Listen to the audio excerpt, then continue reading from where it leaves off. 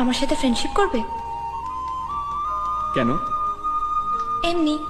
দীর্ঘদিনে বিরতি ও নানা বিতর্কের অবসান ঘটিয়ে আবারও একসঙ্গে বড় পর্দায় ফিরছেন ওপার বাংলার জনপ্রিয় জুটি দেব ও শুভশ্রী গাঙ্গুলী।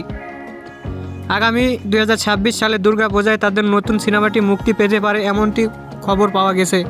2025 সালে প্রায় 10 বছর পর ধূমকেতু সিনেমার মাধ্যমে পর্দায় ফিরেছিলেন দেব শুভশ্রী। তবে সিনেমাটি মুক্তির পর প্রচারণায় শুভশ্রীর অনুপস্থিত এবং একে অপরের বিরুদ্ধে পাল্টাপাল্টি অভিযোগে দুই তারকার মধ্যে সম্পর্ক অবনতি ঘটে।